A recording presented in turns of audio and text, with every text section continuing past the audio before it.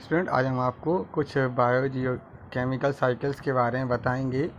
क्या होती हैं बायो केमिकल साइकिल क्या है। प्रत्येक एनिमल और animals is use for the inorganic material, है ना, various purpose use what is not destroy an earth, so it is what the process this is known as is recovery for the earth, so this is called to cyclic। इसमें देख लीजिए कि organic continuously use this organic minerals compound, यानी जो organism हैं, चाहे animals हो चाहे प्लांट्स हो, इनऑर्गेनिक मिनरल्स को क्या करते हैं, यूज़ करते रहते हैं ecosystem, but they do not get excuse, यानी कि ये ख़त्म नहीं होते हैं। This is because this minerals and components are recover, मतलब ये किस तरीके से रिकवर होते हैं from the animals waste and dead bodies of the organism with the help of decomposer. ठीक है, डीकम्पोजर के द्वारा ये रिकवर होते रहते हैं एनवायरनमेंट में। दस this components are recycle in nature. This cycle path is elements from the abiotic system, मतलब पहले ये एबायोटिक में जाते हैं और उसके बाद ये बायोटिक में जाते हैं, फिर ये अगेन कहाँ चले जाते हैं, एबायोटिक सिस्टम में चले जाते हैं। This is called to biological chemical cycle. ठीक है, बायोलॉजिकल केमिकल साइकिल कहते हैं। जैसे वाटर साइकिल में अपन देखते हैं कि वाटर पहले ओशियन से कहाँ जाता है, क्लाउड्स बनते हैं, क्लाउड्स के बाद रेन होता है, रेन के बाद पॉन्ड से रिवर्स में आते हैं, ले डाल दो ना, रिवर्स में आते हैं, उसके बाद एनिमल्स उसको यूज़ करते हैं, फिर से वाटर बॉडीज़ में चले जाते हैं और फिर पुनः एनिमल द्वारा यूज़ कर लेते हैं। तो इस तरीके से क्या हो जाती है वाटर साइकिल। अब अपन वाटर साइकिल के बारे में डिस्क्रिप्शन उससे पढ़ेंगे कि हमारे जो अर्थ है उसमें जो वाटर है वो हमारा इम्पोर्टेंट पार्ट है लाइफ का। विदाउट वाटर हम उसकी कल्पना भी नहीं कर सकते हैं लाइफ की, है ना। तो जो अर्थ में जो कंप्लीट जो वाटर है, अर्थ अगर अपन टोटल अर्थ मान ले तो टोटल अर्थ में 75% क्या है, केवल वाटर ही है। Surface is covered with water, यानी 75% जो एरिया है वो किससे कवर्ड होता है, वाटर से कवर्ड होता है, यानी पानी से घिरा हुआ है 75% पार्ट पृथ्वी का। Water is an important raw material for photosynthesis. जो प्लांट फोटोसिंथेसिस क्रिया करते हैं यानी प्रकाश संश्लेषण क्रिया करते हैं, उसमें वाटर का बहुत इंपॉर्टेंट रोल है। जैसे सन का रोल है, क्लोरोफिल का रोल है, वैसे ही वाटर का भी, है ना, इम्पॉर्टेंट रोल है। बिना वाटर के भी फोटोसिंथेसिस क्रिया कंप्लीट नहीं हो सकती in plant. Without water plant can not prepare their food, यानी बिना वाटर के प्लांट अपना फूड नहीं बना सकते। और ये अपन सब जानते हैं कि प्रत्येक animal direct and indirect plants के फूड पर ही डिपेंड करता है। ठीक है, both plants and animals use water for various metabolic activities, चाहे प्लांट्स हों चाहे एनिमल्स हों। एनिमल्स के बहुत सारे यूज हैं, ड्रिंकिंग में है, क्लॉथिंग वॉशिंग में है, कुकिंग में है, क्लीनिंग में है ना। और जो प्लांट्स करते हैं वो फोटोसिंथेसिस में उसका यूज़ करते हैं, removal of their respiratory waste for cool. ठीक है, इसके बाद अबाउट 97% जो वाटर है, 75% 75% वाटर, उसमें 97% जो वाटर है वो क्या है, मेराइन है, यानी सी वाटर है, जिसका अपन यूज नहीं कर सकते।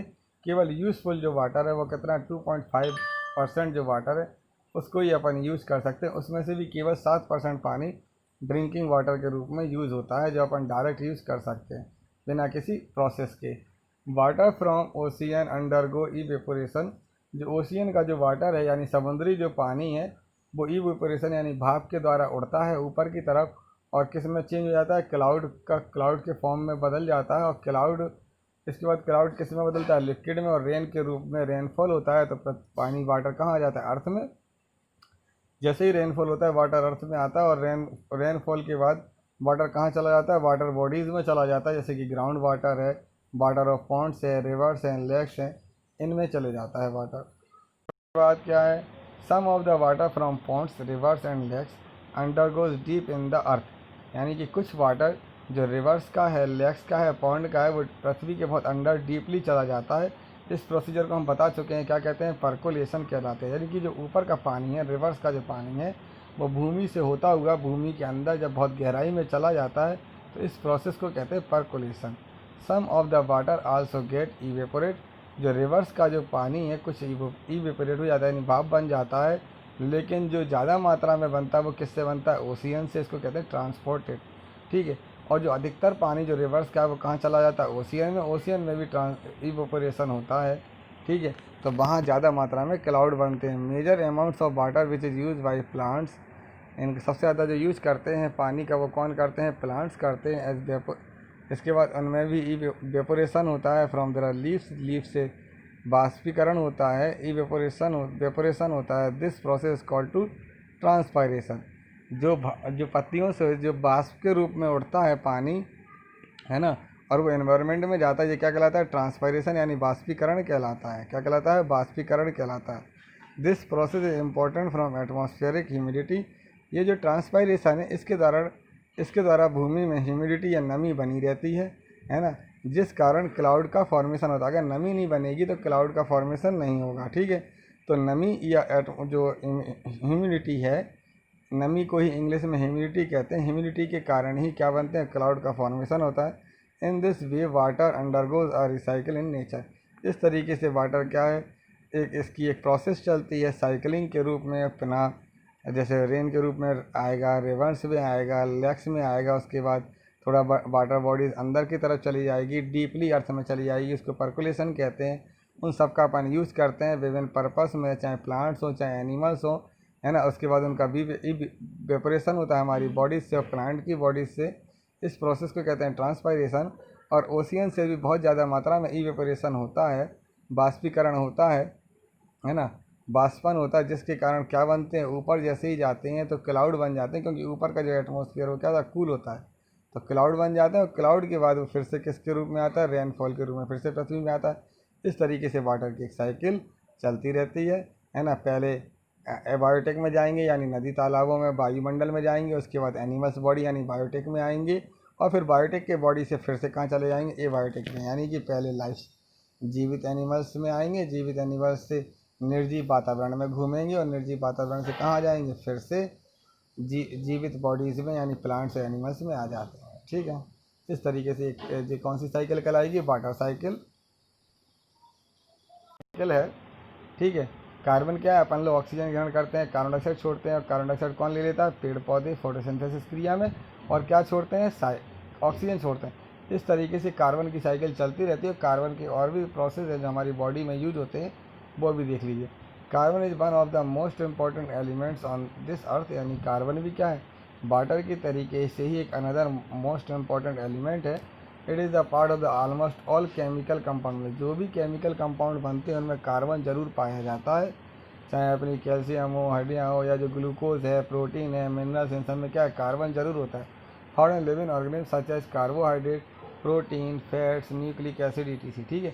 न्यूक्लिक एसिड का मतलब ही प्रोटीन होता है। प्रोटीन किससे बने होते हैं, न्यूक्लिक एसिड से बने, या DNA RNA किसके बने, न्यूक्लिक एसिड के बनेंगे। तो कार्बोहाइड्रेट हो, चाहे प्रोटीन हो, चाहे फैट हो, चाहे न्यूक्लिक एसिड हो, चाहे स्टार्च हो, इन सब में क्या है, कार्बन है। In air carbon is present in the form of the carbon dioxide.